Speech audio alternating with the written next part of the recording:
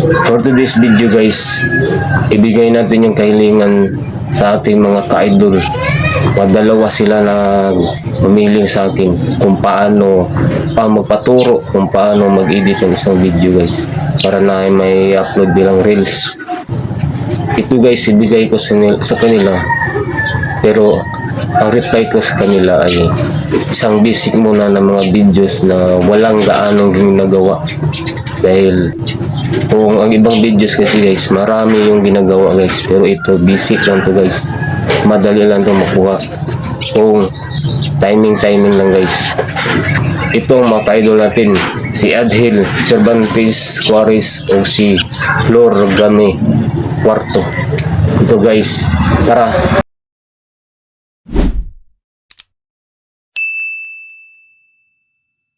Ang unang gawin natin guys, hanapin natin yung CapCut, tapos itap natin yan, tapos itap natin yung project, itap natin yan, tapos hanapin natin yung video, kunin natin yung video na gagamitin natin, ganyan, tingnan muna natin guys ang pormahan natin.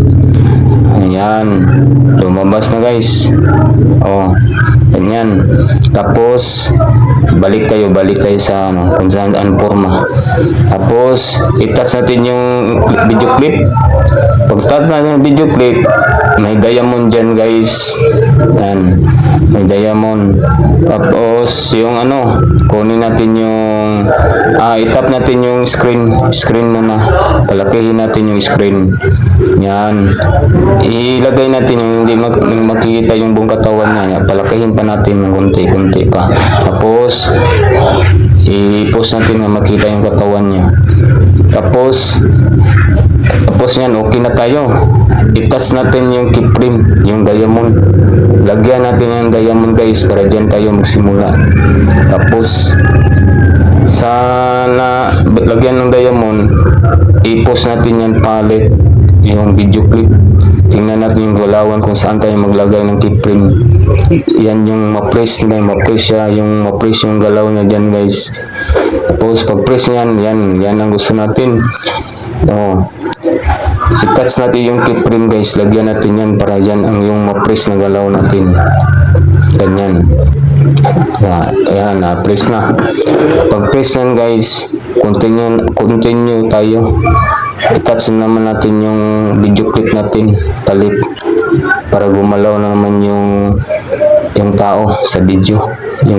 Yan, paggalaw, yan, dyan na naman tayo mag-press sa galawan. Lagyan na naman natin ng keyframe yan.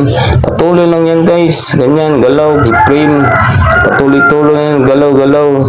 I-push lang, tapos keyframe na naman, lagyan na naman ng keyframe, diamond, tapos push naman. Yan, depende na siya saan kayo naglalagay ng keyframe hanggang mawala ang tao, ganyan, keyframe hanggang mawala. Lagyan ng keyframe na ganyan. Tapos balik tayo sa video guys, tapos punta na naman tayo sa style. Hanapin natin yung style guys. Yan yung video effect yan, mga effect yan ang magbigay effect sa ating video guys. Yan, punta tayo sa video effect sa style.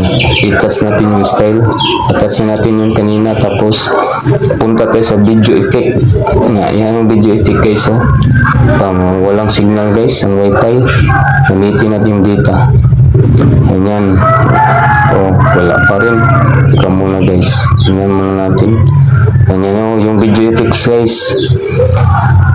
Hanapin mo sa video effect yung absorb, yung pinakalas na effect guys, absorb. Pagtas mo sa video effects, nalalabas yan na absorb. Patayin muna natin data dahil para ang wifi, para data ang mas mataas yung signal. Yan, i-touch natin yung video, yung absorb. Yan ang yung effect guys. Tingnan yung nangyari guys. May mga galawan na na-press na dyan guys. Ma-press yan, makikita mo ganyan. Ganyan na guys. Okay na yan guys. Okay na yan. Basta may katanungan lang kayo guys sa paggawa nyo, kung saan kayo nagkakamali, pwede kayong mag-subscribe sa akin at i-instruct ko kayo kung anong pagkakamali nyo dito, dahil kahit basic lang to na video guys, hindi to kailangan ng timing talaga guys, may hirap-hirap din itong mga perfect. Tapos punta ka sa aspect ratio guys, i-touch mo yung hanapin yung aspect ratio, yan ang lalabas, at pilitin mo yung TikTok screen, i-touch mo yung check. O yan, okay na yan guys. Tapos okay na yan. O dapat i-review mo tong video guys para makuha mo talaga. Tapos i-delete mo yung CapCut dahil bawal yan sa Reels guys. I-delete mo yung CapCut. O ganyan na, yan yung kalabasan niya guys. Tapos okay na yan, i-download na natin yan guys. Okay na. Download tayo guys, download na yan guys. Download na natin to dahil kahit anong review ko, okay na siya. Kung may katanungan kayo dyan guys, pwede kayo mag-subscribe sa akin na magtanong kayo saan kayo nagkakamila sa video ito.